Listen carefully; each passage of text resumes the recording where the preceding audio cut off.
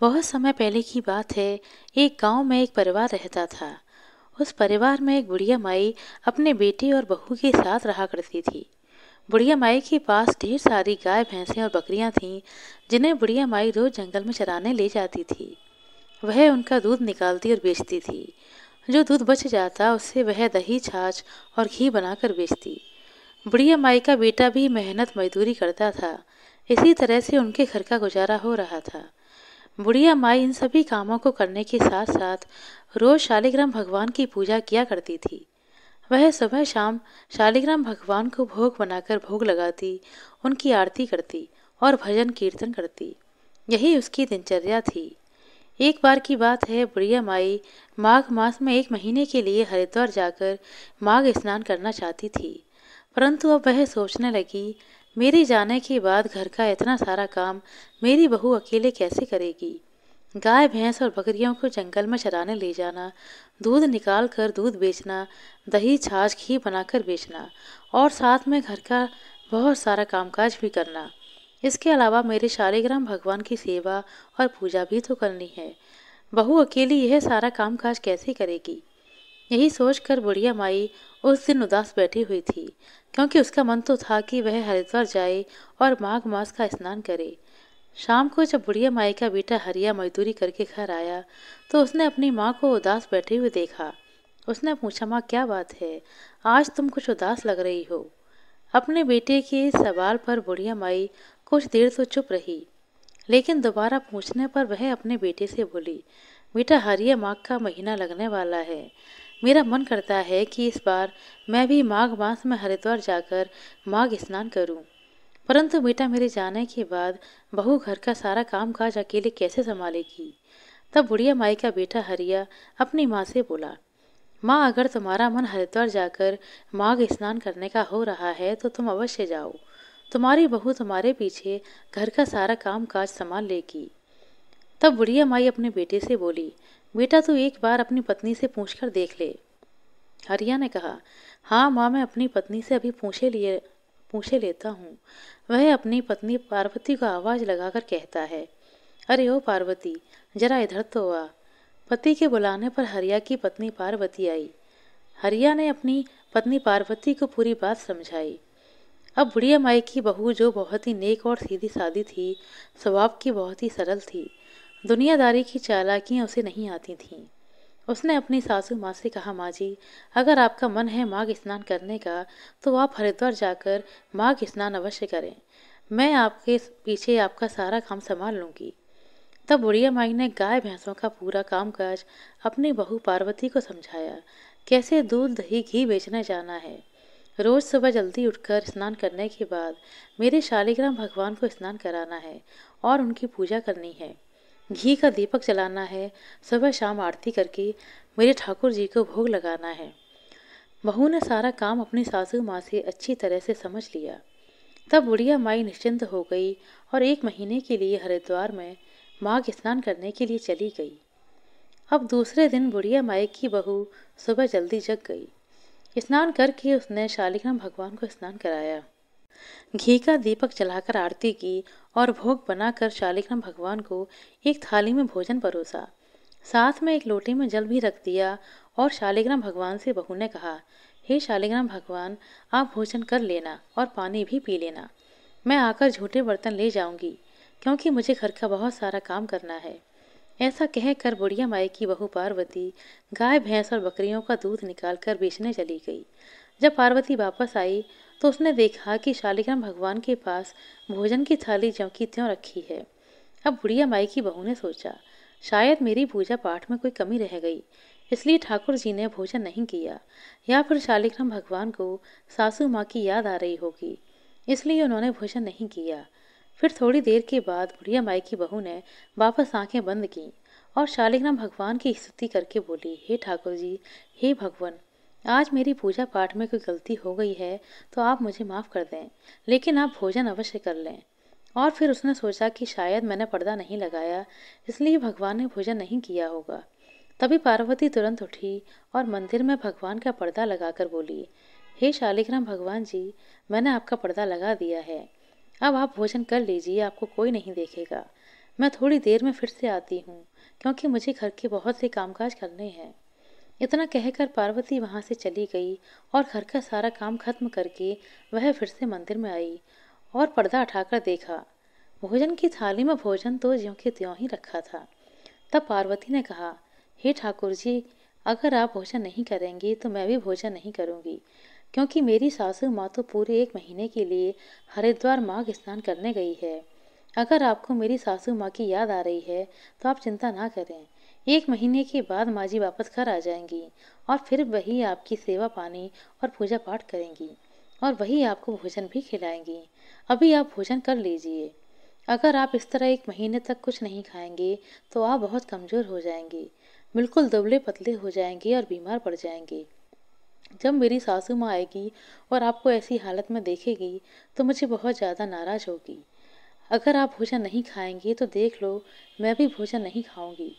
ऊपर बैकुंठ में बैठे शालिग्राम भगवान यानी कि विष्णु भगवान यह मनी मन सोचने लगे कि यह बुढ़िया की बहू तो बहुत ही सीधे स्वभाव की है। अगर यह पूरे 1 माह तक भोजन नहीं खाएगी तो बेचारी बीमार पड़कर मर जाएगी और इसकी हत्या का सारा पाप मेरे सर पर आएगा। मेरी वजह से इसने भी भोजन नहीं खाया है। तभी शालिग्राम भगवान ने एक छोटे से बालक का रूप बनाया। छोटे छोटे पाँव, छोटे छोटे हाथ, पीले रंग की धोती कुर्ता पहने, हाथ में मुरली और पाँव में चांदी के कड़े और गले में सोने का कंठा और हाथ में छोटी सी बांस की मुरलियाँ लिए वहाँ पर प्रकट हो गए। उन्होंने पूरा भोजन खा लिया और जो लोटे का जल था वह भी पी लिया। और बुढ़िया माई की बहू से शालिग्राम भगवान ने कहा, आज मैंने पूरा भोजन खा लिया, अब तुम भी भोजन कर लो। अब मैं तुम्हारी गाय भैंस और बकरियों को जंगल में चरा कर लाता हूँ, शाम को ही घर वापस आऊँगा। तब बुढ़िया माई की बहू पार्वती बोली, हे ठाकुर जी महाराज, आप क्यों हमारे मवेशी चराने जाएंगे? अगर मेरी सास को पता लगा तो वह मुझ पर बहुत नाराज होंगी। तब शालिग्राम भगवान ने कहा, अरे पार्वती, पूरा दिन मैं घर पर रहूंगा तो मेरा मन नहीं लगेगा। इस तरह अगर मैं तुम्हारी बकरियां गाय भैंस चरा कर लाऊंगा तो मेरा पूरा दिन कट जाएगा। तब पार्वती कुछ नहीं बोली। इस तरह शालिग्राम भगवान अब उसके सारे जानवरों को जंगल में चराने के लिए ले गए। वह शाम को सभी जानवरों को घर वापस ले आए और आते ही बोले, पार्वती, गर्मा गर्म रोटी और दूध का कटोरा और मक्खन दे दो, मुझे बहुत भूख लगी है। बुढ़िया माई की बहू पार्वती ने शालिग्राम भगवान की बात सुनी तो जल्दी से आसन पर बिठाया और चौकी पर भोजन की थाली रखी। गरम गरम दूध का कटोरा, मक्खन और खाना परोसा।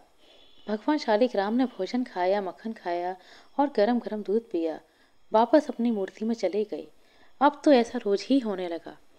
इस तरह पूरा माघ का महीना धीरे धीरे बीत गया। अब बुढ़िया माई का वापस आने का समय हो गया था। माघ स्नान करके बुढ़िया माई वापस अपने घर पर आई। घर आकर बुढ़िया माई सबसे पहले अपने घर में बने मंदिर में भगवान शालिग्राम के दर्शन करने के लिए गई, तो वहां पर उसे शालिग्राम भगवान की मूर्ति दिखाई नहीं पड़ी। तब बुढ़िया माई ने अपनी बहू पार्वती से पूछा, बहू, मेरे शालिग्राम भगवान की मूर्ति कहाँ है? बहू ने कहा, माँ जी, आपके शालिग्राम भगवान हमारे मवेशियों को चराने के लिए जंगल में ले गए हैं, अब तो वह शाम को ही लौटेंगे। ऐसा सुनते ही बुढ़िया माई का माथा ठनका। वह नाराज होते हुए बोली, बहू, कहीं ठाकुर जी भगवान मूर्ति से निकलते हैं क्या और हमारे मवेशी चराने वह जंगल में जाएंगे? तू झूठ बोल रही है। तूने मेरे ठाकुर जी की मूर्ति को कहीं छिपा दिया है या फेंक दिया है। बता बहू, सच सच बता, मेरे शालिग्राम भगवान कहाँ हैं? इस तरह बुढ़िया माई अपनी बहू को जोर जोर से डांटने लगी। तभी बुढ़िया माई का बेटा हरिया भी आ गया। बुढ़िया माई ने अपने बेटे की तरफ देखा तो बुढ़िया माई का बेटा हरिया कहने लगा, अरे माँ, तुम हरिद्वार से कब आई? तब बुढ़िया माई बोली, बेटा, मैं अभी अभी आई हूँ और आते ही अपने शालिग्राम भगवान के दर्शन करने के लिए मंदिर पहुँची। लेकिन बेटा, मैं देख रही हूँ कि मुझे कहीं भी शालिग्राम भगवान की मूर्ति नहीं मिल रही। तेरी बीवी बोल रही है कि इसने शालिग्राम भगवान को मवेशियों को चराने के लिए भेजा है। देख बेटा, मैं तेरे कहने पर ही हरिद्वार गई थी और मैंने घर की और शालिग्राम भगवान की सारी जिम्मेदारी तेरी पत्नी को सौंपी थी। अब तू ही अपनी पत्नी से पूछ कि मेरे शालिग्राम भगवान की मूर्ति कहाँ है। तब बुढ़िया माई के बेटे ने अपनी पत्नी से पूछा, पार्वती, भगवान की मूर्ति कहाँ है? पार्वती ने जवाब दिया जो उसने सास को दिया था। वह कहने लगी, देखो जी, भगवान जी मूर्ति से निकलकर मवेशियों को जंगल चराने गए हैं, अब तो वह शाम को ही आएंगे। यह सुनकर बुढ़िया माई ने अपने बेटे से कहा, सुन लिया तूने? कहीं मूर्ति से भी भगवान निकलते हैं क्या? तब बुढ़िया माई का बेटा हरिया बोला, माँ, जहाँ तक आपने 1 महीने का धीरज रखा है, वहाँ शाम तक और रख लो, सब सच्चाई पता चल जाएगी। धीरे धीरे शाम हुई और भगवान शालिग्राम गाय भैंसों को लेकर घर लौट आए और आते ही बुढ़िया माई की बहू से बोले, अरे पार्वती बेटी, गरम गरम रोटी और दूध का कटोरा और मक्खन दे दो, मुझे बहुत भूख लगी है। शालिग्राम भगवान और उनकी आवाज़ केवल बहू को ही सुनाई और दिखाई दे रही थी, लेकिन बुढ़िया माई और उसके बेटे को ना तो आवाज़ सुनाई दे रही थी और ना ही भगवान दिखाई दे रहे थे।